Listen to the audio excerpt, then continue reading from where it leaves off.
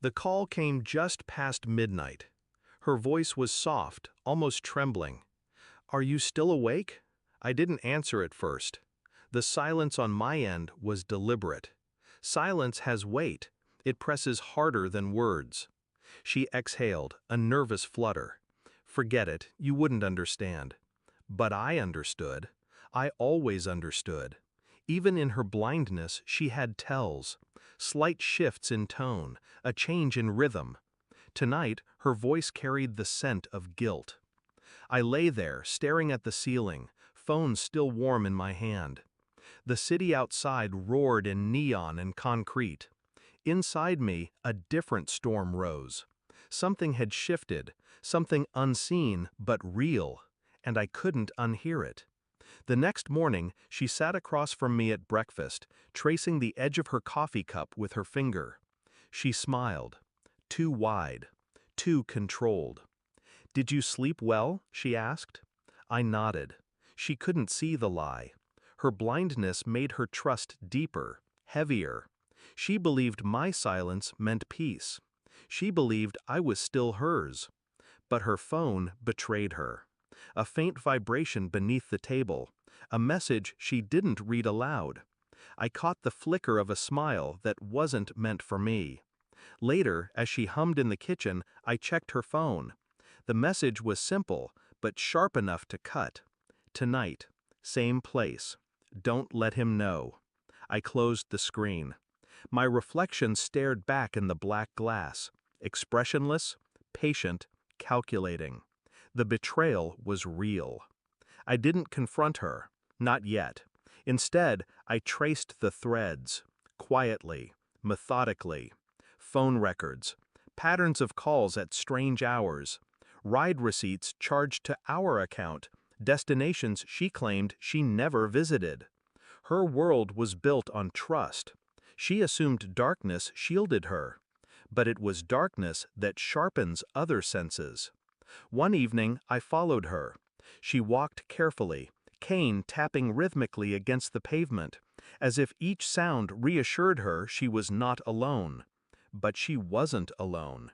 He was waiting. I watched from across the street. He placed his hand gently at her back. She tilted her face toward him, smiling in a way I hadn't seen in years. I clenched my fists inside my pockets.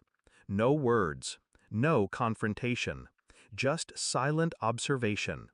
The storm inside me didn't rage, it settled, cold, controlled. Each step I took after that was deliberate.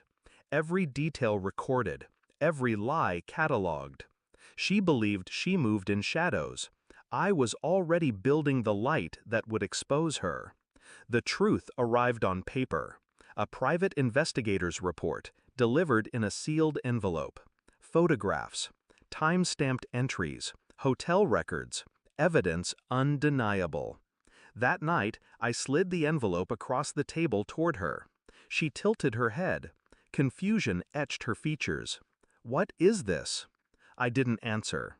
She fumbled with the flap, fingertips brushing the photographs inside. The sound of paper shifting was deafening in the quiet room. Her breath caught. "No, this isn't what it looks like." I watched her face crumble, watched panic rise in her blind eyes, as if she could still see the walls closing in. I said nothing.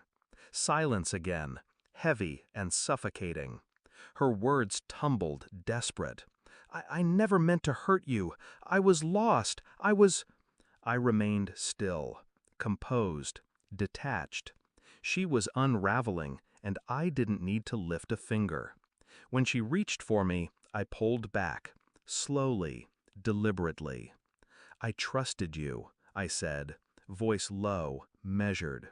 Her lips parted, trembling. "Please, don't leave me." I placed my hand over hers for one final time. She gripped it tightly, believing it meant forgiveness, believing she still had me. Then I let go. The gesture was simple, but absolute. A withdrawal of touch, a severing of bond. Her world was already dark. I made it colder.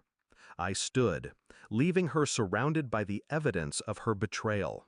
No shouting, no violence, just truth, sharp enough to wound deeper than any fall. I walked out into the night air, the city sprawling 300 floors below. The streets glittered like shattered glass. Inside me, the storm had passed. What remained was clarity. Betrayal doesn't kill you, it remakes you. She thought blindness made her vulnerable, but it was trust that destroyed her. And as I stepped into the elevator, descending floor by floor, I realized something cold and liberating. I didn't push her. She had already fallen.